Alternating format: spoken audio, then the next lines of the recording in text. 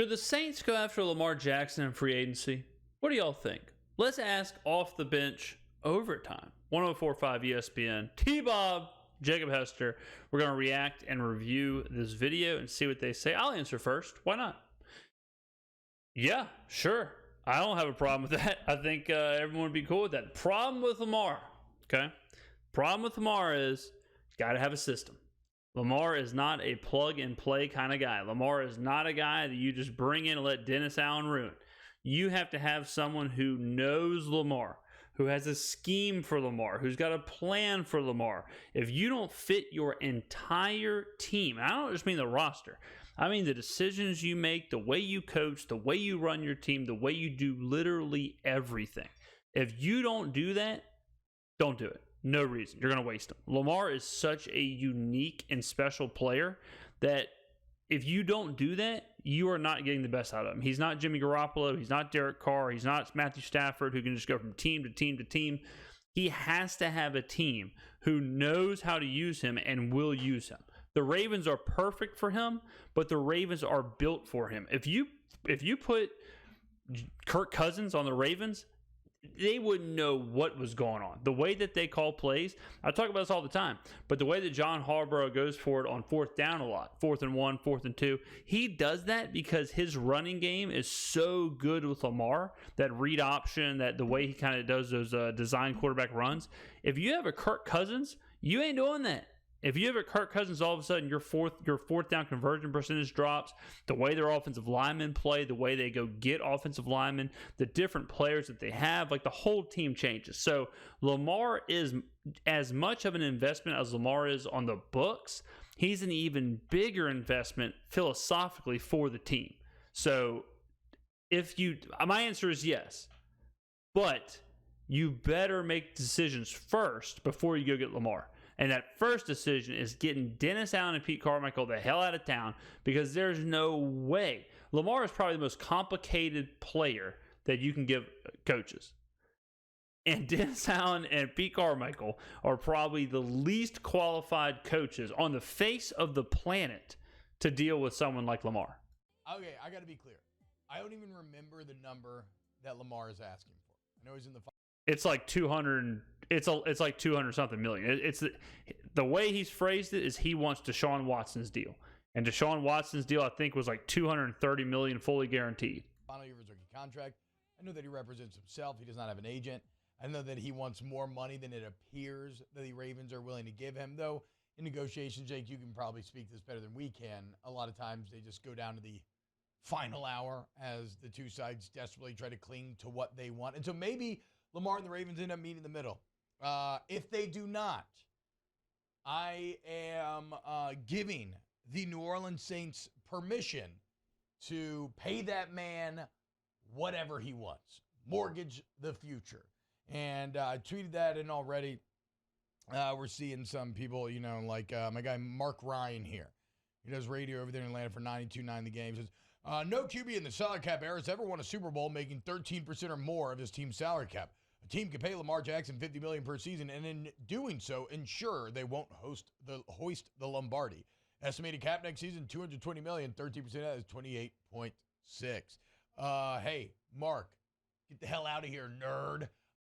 I think another thing with I was really letting T-Bob go there. That might be the most I've ever let someone talk without me pausing and giving my little recap. So that might have broke a record. Well done, T-Bob. It might have been the Pelicans jersey, so I might have given him a little extra leeway there. Look, I don't want to say like the whole numbers don't matter thing, but this is monopoly money. You know what I mean? Like, this is monopoly money. When you hear blank player got $140 million, blank player gets $200 million, blank player gets $80 million, I don't know what that means. None of y'all know what that means, and no one knows what it means. I'll tell you that. The only thing that I do agree with is that you can't pay everybody. The Seahawks were a good example of this. The Rams were a good example of this with Jared Goff. When the Seahawks paid Russell, they couldn't pay Richard Sherman and Cam Chancellor and whoever else. Bobby Wagner. I'm trying to pull my 2010 Seahawks roster out of my head. Marshawn Lynch and whoever else. The Rams, when they paid Jared Goff and Todd Gurley, Can't pay everybody else. Then all of a sudden everyone's on 2-year deals, because that's basically how it turns, is that you pay your big couple of guys, and then the other guys you have, they got to kind of do their thing in 2-3 year windows, because you can't lock them up to long-term deals. This is in baseball. Baseball, we see the Atlanta Braves lock up basically the entire team for long-term deals. All that to say, I think if the Saints sign Lamar, if I'm Loomis, God, and if I sign Lamar, I think Lamar's 25 years old, something like that. If I sign him, I basically give myself a 5-year window, and I basically say, look, we'll take the next 5 years and try and do everything we can to win a Super Bowl. After that, yeah, we're kind of cooked. We're gonna be on the hook for a lot of money to a guy who probably won't be that good at that point. I don't think Lamar is going to age the most gracefully. He so much of his offense and so much of his value is in his legs, and a 31, 32-year-old quarterback, I have a feeling that may decline. So I'm cool with that. But again, you have to really think this through, because you're giving him $200-something million. Now, I think he's way more worth it than Deshaun Watson was. Lamar doesn't come with the baggage. Lamar is a dynamic, young, MVP level quarterback. Let's not lie. He is a franchise-changing quarterback. He is damn good. I'm a huge Lamar Jackson fan, huge Lamar Jackson supporter.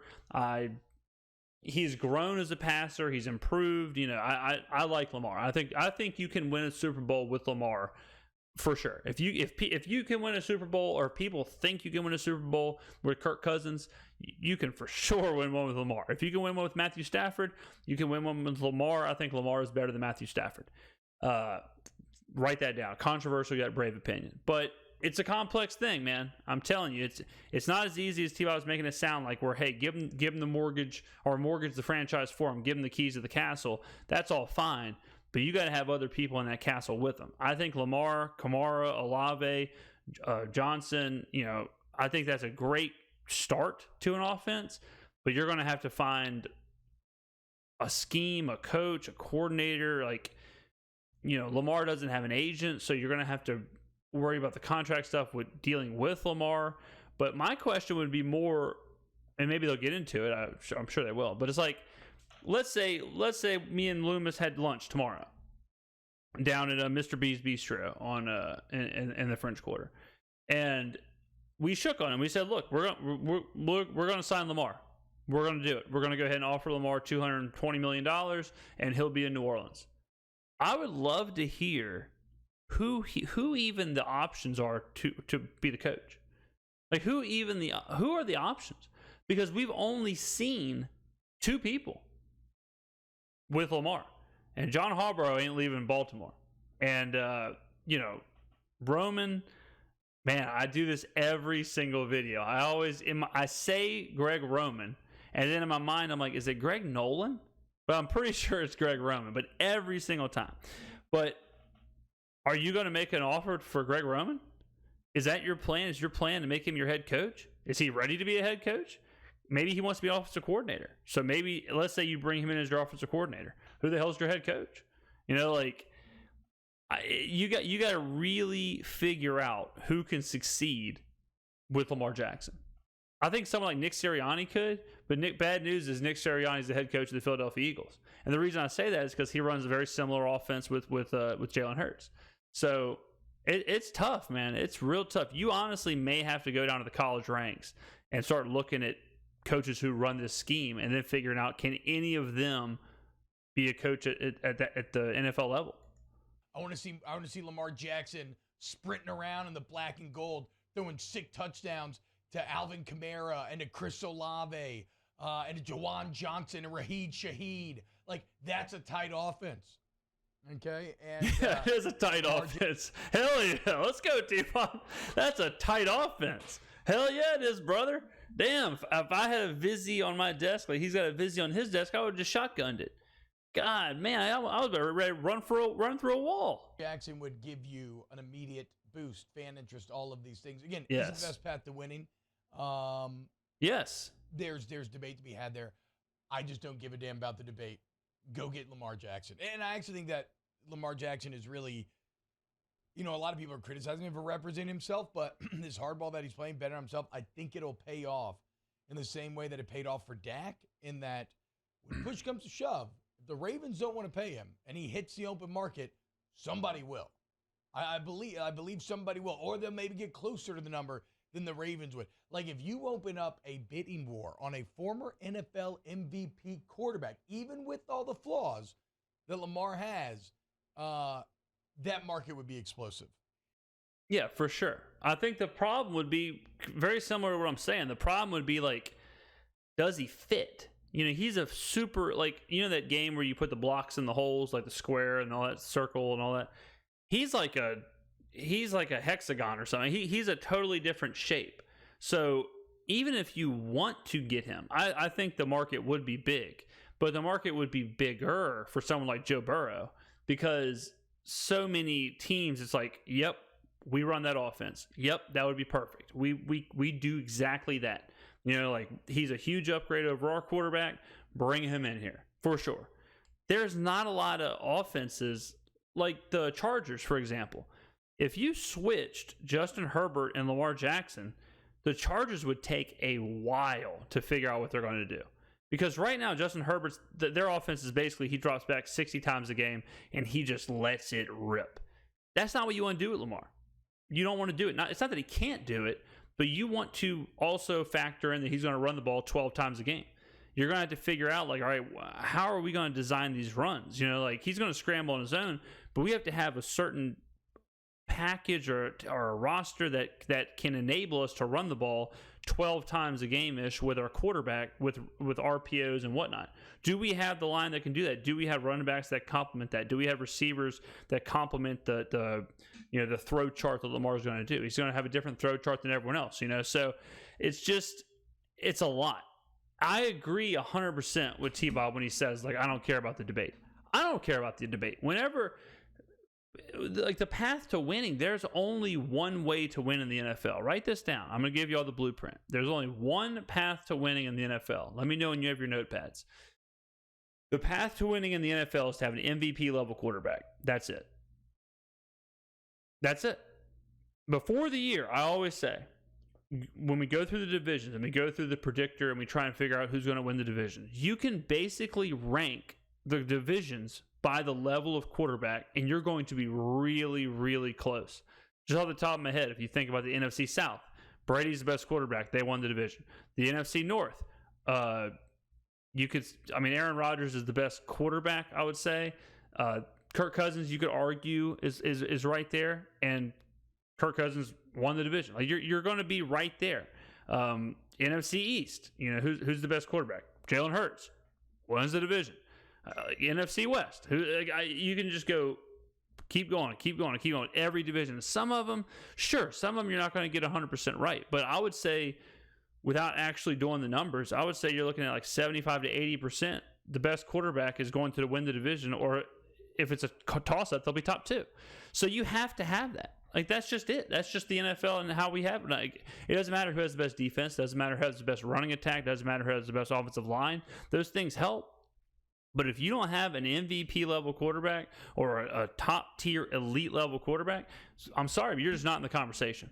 So with all that to say, go get the MVP quarterback if he's out there. If Lamar Jackson is available, that is the path to winning. Figure out the books, figure out the contract, figure out the cap hits, figure out all that other stuff later. It's funny money, it's monopoly money anyways. Figure that out later. Bring Lamar in and try and win a championship in the next 3 years. You know, with Kamara, with Olave, with the defensive players. Go through the draft, try and find some cheap free agents that can make a huge impact or some kind of impact. They're out there. Act like you're the Patriots. Go get guys who no one's ever heard of. Put them in positions that they've never played and try and win games. But you got to have the MVP level quarterback. If you give me 4 or 5 years of our window being open with Lamar Jackson, I will happily take that. Happily. Well, you have to take a look at a lot of things, right? Because who has a quarterback now already in place? Who has the money to spend on a quarterback? Where is somewhere Lamar would want to go? Would he choose more money or better access to a title? we were talking about the Saints during the break, obviously. Like, if you bring him in, you'd have to bring in someone that offensively could get the most out of his skill set, because I don't believe that Pete Carmichael could. You have Smart guy. I mean, I've said it every video. Jacob Hester and T-Bob know what's going on. I just said that. I rambled it for 9 minutes at the beginning of this video. 100% agree. It's a waste. You don't get, look, bottom line, ladies and gentlemen, you don't give someone who can't drive a Ferrari. You don't give a 15-year-old, a Lamborghini to go learn how to drive in a Walmart parking lot. There's no point. You might as well just give him a beat up old truck or something. Like Pete Carmichael, Dennis Allen will not have absolutely no capabilities to use Lamar Jackson. And I don't even like, it's crazy because he's so unique. It's hard for me to even say like who can, because who is, who is doing that? Who actively is doing that? It's very rare, I think, for me to just sit here and say like I don't know, but I really don't know. Unless you're talking about a Sirianni who is obviously doing it, but like he's not going to move. But like let's think about a team with a good offense, right? Like Miami. If you're looking at them, you're like, okay, what about let's say the Lions, because the Lions have been in the news a lot. The Lions offensive coordinator, Ben Johnson, I think is his name. A lot of people are saying Ben Johnson is going to be a head coach. He's getting a lot of interviews. Okay, well, as much as I think he's an offensive genius for what he did with Detroit, he didn't do anything like what he would have to do with Lamar. So why would I think, oh yeah, the guy who is great with Jared Goff is going to be great with Lamar? You see what I'm saying? It's a very weird situation. And I think part of Harbaugh's success is that he drafted him. He knew what he was getting into, and when he drafted him, he said, we know exactly what we're going to have to do with this guy. And he tailored the whole thing. It was his decision. It was his baby. It was his artwork, basically. But to give that to someone, that's a huge task. Have a Taysom Hill, which is Lamar light, and you don't really understand how to use him. It feels like there's Good times point. like when the plays are nice, but it's Great like you don't really know necessarily when to call certain plays. It just the Cleveland game. Great point. Great point from Jacob. Now, that leads me to the next point. You know who probably could? You know who probably is creative enough, good of an offensive coach? You know who probably could utilize Lamar? It's probably somebody similar to someone who has the guts to even try the Taysom Hill experiment. I'm talking about Sean Payton. Sean Payton probably would be a guy who I would think he could do it, because he did do it with Taysom. And Jacob's right. Taysom is Lamar Jackson light. Lamar Jackson's a better version of Taysom, a much better version of Taysom Hill. But if Sean Payton can get what he got out of Taysom, I do believe that he could probably get a whole hell of a lot for Lamar. And possibly having Lamar may be that little icing on the cake to get Sean to come back to New Orleans. Think about it. Kind of comes to mind here. We'll hire John Harbaugh to be OC. Okay, if we have to, we'll hire John Harbaugh to work under Dennis Allen as OC. I mean, Harbaugh's more of a special teams guy. That's true. We'll hire Kyle Shanahan. No, Roman. Roman was it? Greg Roman. Yes, we'll hire. It is Roman. Okay, it is Roman. I knew it was either Nolan or Roman. I always say Roman, but I think Nolan. So I'm glad to hear that it is in fact Roman. Greg Roman. We'll bring Greg Roman back, and he can be. Actually, that could probably be realistic. So when you look at a team maybe that would have some money to spend, that is not incredibly too far from being a team that can make somewhat of a run and doesn't have a quarterback situation they feel great about, you could go to maybe the Washington Commanders. That one might make some sense. Now, Pittsburgh's got Kenny Pickett, so you're not going to go into the AFC North. Everybody's set at quarterback. Obviously, Cleveland and Cincinnati are. You look at Chicago, Fields has been electric at times this year. Detroit might have an opening depending on how they view Jared Goff, although he's. I mean, we're just talking about the NFL. Like, we're just talking about teams with an opening. I mean, yeah, there's a lot of teams with an opening, but I mean, even I'll tell you a team a team that came to my mind, and it would be a wild move, and I don't know why they would do it. I guess I don't know about their cap. I would assume they have a decent cap situation, but the Falcons, the Falcons kind of ran this weird quarterback running hybrid thing with Mariota, and they do have some young pieces, offensive pieces. Arthur Smith may have that offense kind of dialed up. If they did want to make a splash and they wanted to say, you know what, we've been completely irrelevant here for a little bit. If Arthur Blank wanted to, I mean, Atlanta wouldn't be a bad landing spot for Lamar. Would Lamar want to do that? Would he want to go to a non-contender? I don't know. Maybe he could be betting on himself that, hey, I make them a contender. Atlanta kind of makes sense as far as just like a scheme, personnel, the way they play. That's one of the first teams that kind of comes to mind for me.